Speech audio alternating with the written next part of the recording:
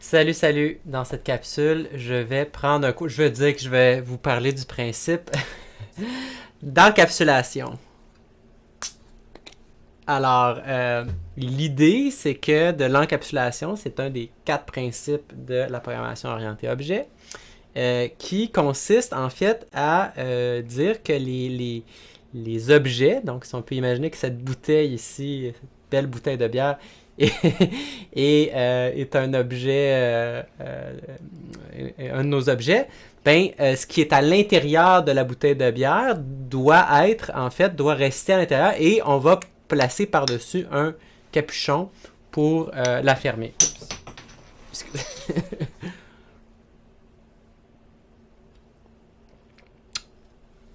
Bon, donc, l'idée, en fait, derrière ça, c'est que on va donc avoir nos objets qui vont avoir des variables, nos x, nos y, nos peu importe.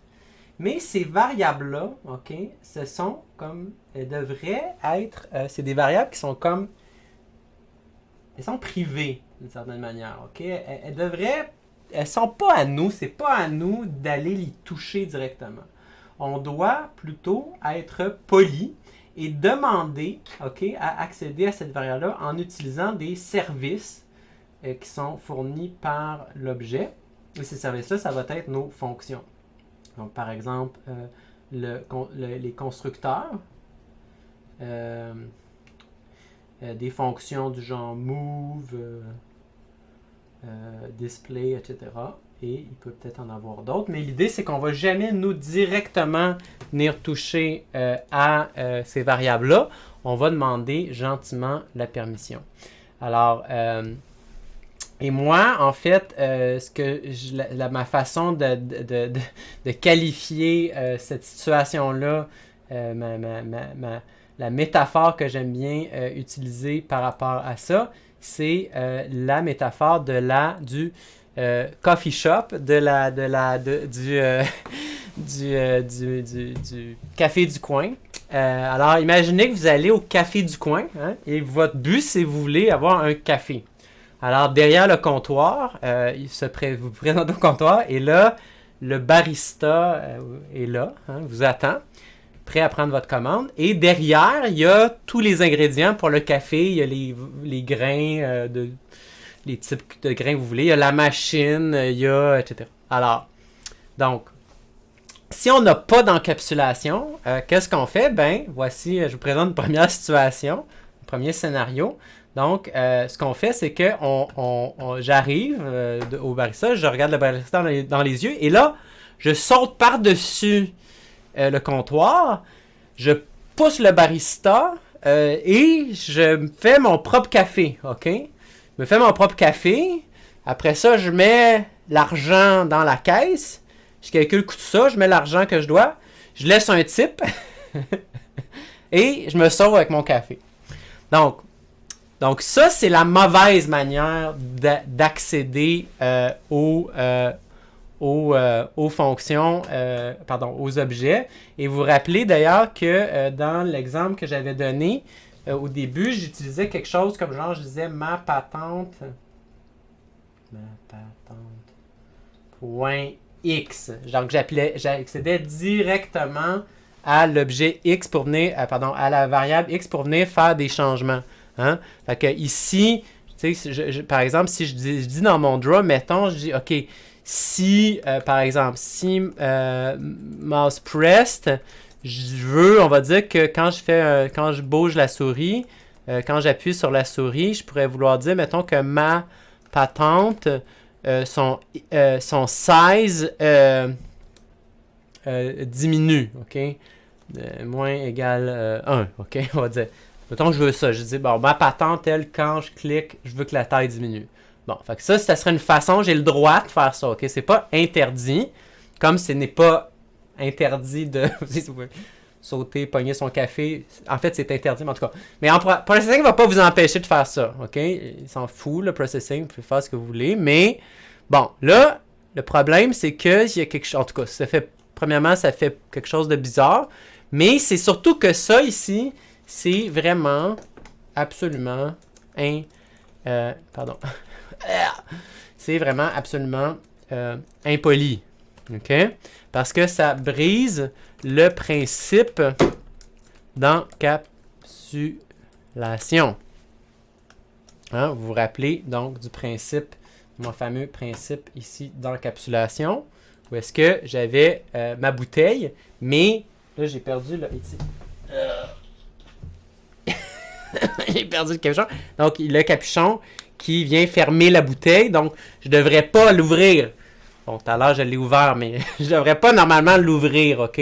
C'est fermé et je devrais accéder au service que me donne la bouteille, l'objet, la patente, ou si on imagine que le stand à café serait un objet, ben cet objet-là, en fait, il contiendrait derrière tous les ingrédients pour faire le café, mais il y aurait probablement une fonction qui me permettrait de dire achète un café, ok? Buy coffee, avec un montant, float, que je donnerais de l'argent, et quand j'appelle cette fonction avec le bon montant d'argent, ben on me retournerait ou on me dessinerait un café, ok? Ce serait juste l'analogie. Donc, je ne devrais pas moi-même aller le faire. Je devrais demander gentiment utiliser les services de l'objet. L'avantage de ça, ça peut paraître compliqué un peu, ok? Dans certains cas, mais l'avantage, c'est que c'est l'objet lui-même qui sait comment il marche. Okay? Le barista, la raison pour laquelle il ne veut pas que vous alliez vous faire vous-même, vous servir, c'est que c'est lui qui a le contrôle, qui sait comment utiliser la machine. Il va s'assurer que, parce que peut-être vous ne le savez pas, mais peut-être que tel grain de café... il est différent, il faut utiliser une mouture spécifique, peut-être qu'il faut faire chauffer un endroit spécifique, peut-être que la machine, vous ne savez pas vous en servir très bien, vous allez tout faire péter. Ok, donc c'est pour ça, entre autres, qu'on ne va pas vous laisser vous servir vous-même. C'est la même chose avec les objets. Ce que ça veut dire, c'est que par exemple, si, mettons, mon intention, c'est moi, je voudrais dire, ben, écoute, j'aimerais ça quand même, dans certaines circonstances, là, j'aimerais ça pouvoir venir changer la taille de ma patente, ok? Donc, quand j'appuie sur la souris, là, j'aimerais avoir une manière de venir changer ou venir carrément, je pourrais même dire, la taille, je veux la mettre à 10, ok? Je veux dire, là, quand je clique, là, ok, ben, je remets ma taille à 10, puis après ça, ou je pourrais dire...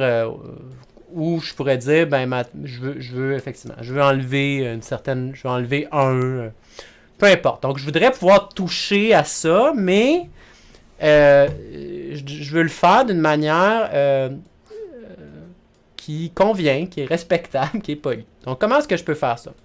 Il y a différentes façons. On pourrait imaginer, par exemple, qu'on rajouterait une fonction diminuer la taille.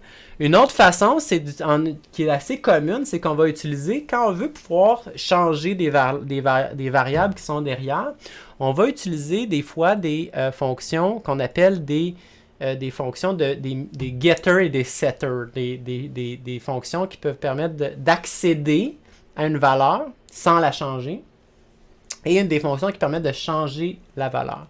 Donc, ça, c'est assez typique. Vous allez souvent retrouver ça dans le code. C'est que vous allez avoir, par exemple, une fonction qui va dire void set size, OK, qui nous permettrait de mettre le size à une certaine new size, une certaine nouvelle valeur de size. Et ici, vous pourrez... Il y a plusieurs façons de le faire. Ça pourrait être size égale new size, mais peut-être que, par exemple, une chose que Processing pourrait faire, parce que vous pourriez faire, c'est dire, ben, si quelqu'un m'envoie une valeur négative ou une valeur trop petite, je veux quand même m'assurer que la valeur qu'il m'a envoyée, si on m'envoie un 16 de 0, là, regarde, je vais mettre ça à 10. Fait que je pourrais dire, regarde, je vais contraindre ça entre 10 et 100. Ok, si tu me mets 2000 comme 16, je vais le mettre à... Désolé, mais je vais le mettre à 100. Si tu me mets moins 12, je vais mettre 10. Puis si tu mets entre 10 et 100, c'est correct. Je vais te le laisser le faire. Donc là, on serait capable de faire un set size. Fait qu'au lieu de faire patente.size version impolie non encapsulée, on dirait ma patente set size.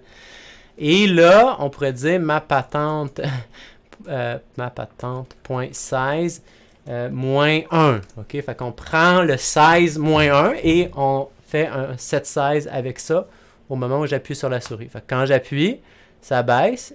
Mais vous voyez que ça baisse jamais. Là, je suis encore en train d'appuyer, ça baisse jamais plus petit que 10. OK? Bon. Parfait, on se dit, lesser, c'est fait. Ah, c'est encore impoli parce que je suis quand même allé toucher ici la variable size directement. Donc, il faudrait que je puisse connaître la variable, mais sans y toucher. Donc, souvent, ce qu'on va faire à ce moment, donc ça va être une fonction, on appelle ça souvent une fonction de un mutator, une fonction de mutation. Okay? Ça permet mutateur, je ne sais pas comment l'appeler en français. Mais souvent, on va aller chercher aussi un getter, une fonction qui nous retourne la variable. Donc, float. Donc, ça va être une fonction, ça ne peut plus être void parce que le but, c'est que cette fonction-là nous redonne la variable qu'on veut. Float get size. Et souvent, ces fonctions-là sont bien niaiseuses. Ils vont juste faire return size. Ils nous retournent la valeur. OK? Bon, ça peut paraître être du trouble, mais l'avantage, c'est que get size, il est en lecture seule. OK?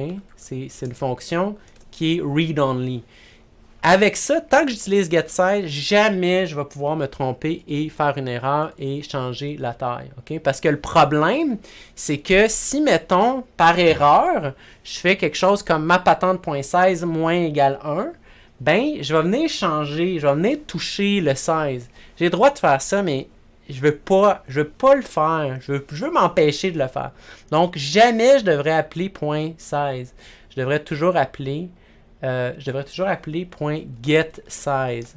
Fait que, par exemple, ma patente.getSize va me retourner le size, je sais pas, c'est 50, mettons. Et là, 50 moins 1, 49. Ma patente.setSize à 49.